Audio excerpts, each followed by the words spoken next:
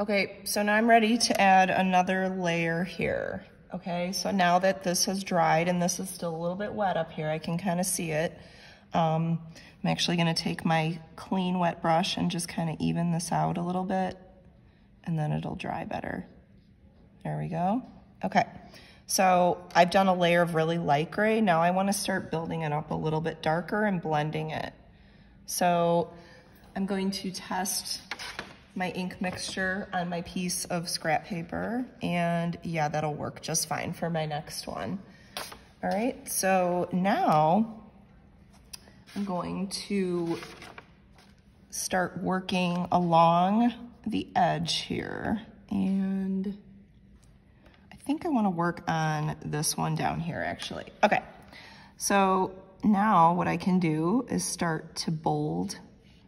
I'm gonna follow that folded up edge because this is a dark line. And really carefully, I'm following the line so I don't go in to my kind of like the concave part of the petal where it's catching light. And then right now, before this dries, I'm going to wet my brush, and then I'm gonna blot it. And then really quick, before it dries, I'm gonna blur and just pull it down.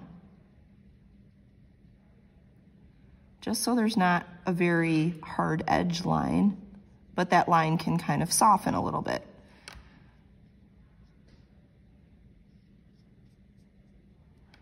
Okay, so now I've got a little bit darker gray fading into my reflected light down here. And then I go to another area of the flower petal, and I can start working on another area. And you can bounce around your drawing, painting a little bit. And it's almost a good idea to kind of skip over like the in-between part so that these two areas can dry and not have the risk of running into each other or blurring too much.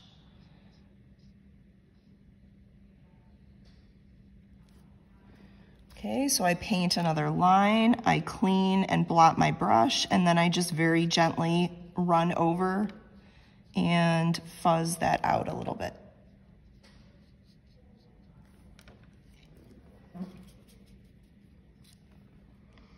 Okay, now this is drying pretty quickly. Let's see if I can kind of go into that area again without rushing it too much. I'm gonna darken my ink mixture just a little more.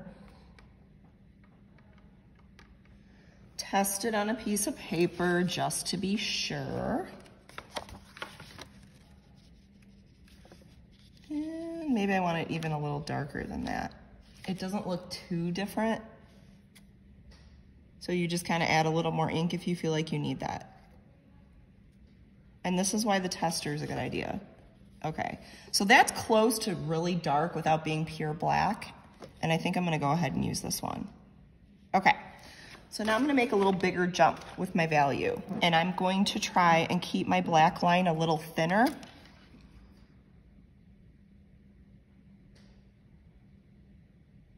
And that way when I blend it down, I won't be blending too far into the mid-tone.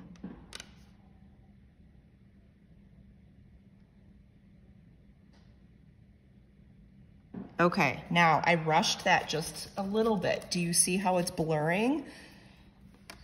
But I can still go back in here as long as I work quickly, and I can also blend it more. And then I could try it again. But you just very gently take the brush, and I'm using a very light pressure. And I like to clean my brush as I blend. So I'm just using a clean wet brush. I don't use a brush with ink on it to blend. Okay. So I rushed it a little bit. I'm gonna wait a little longer this time, but you can still see how that value is changing, okay? So if you look at my previous painting from this morning, you can see how I kind of built that up a little bit more, okay? And I've added another layer of intensity there. So as I wait for that to dry, I might also kind of come back to my lighter mixture and start adding some additional layers into these petals that are a little further away. okay? And as I build up the line texture, I can freehand this just slightly because really what it is texture on the petal. So I'm adding just some directional lines to suggest that that has some texture to it, okay? If I feel like it's too intense, I can actually let it dry just a little bit. Even right now, I might take some of my stained water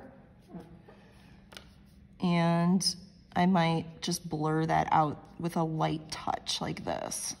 So you're gonna add a little more gray, but then maybe it won't be quite as obvious. Now I like the obviousness of it. I think it adds some interest to the drawing, but if you don't like that, that's a way you could get rid of it. Okay, and then I'm gonna add a little bit more of this line texture into this part of the petal here and a little bit from the bottom up. And sometimes it looks nice when you let those thin implied lines kind of fade into the center and kind of come from the top and the bottom a little bit. Okay, and then you just keep letting it dry and building it up, and it's just a little bit of a slow but gradual process. Don't forget that you leave your reflected light against your black, very dark background, because what I don't want to do is let this go all the way to my edge and I lose the separation here, okay?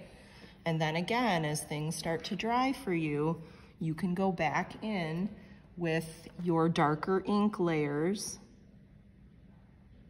Okay, if you notice that it's blurring a lot, you can back off and wait another minute before you go back and do it again, okay?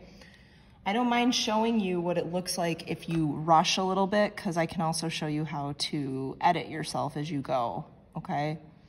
So if that blurring happens to you, don't forget you gotta work kind of quickly. Just wet your brush and just kind of run it over. And you can actually use it to your advantage and let it blend gradually. So this tape line's really helping me. I'm glad I have it. Can I work without it? Absolutely, but I can work with a little bit more speed and less concern about if I'm in that area or not if I just tape it off. Okay. And then you just kind of keep letting it dry and keep letting it layer. All right, end demo.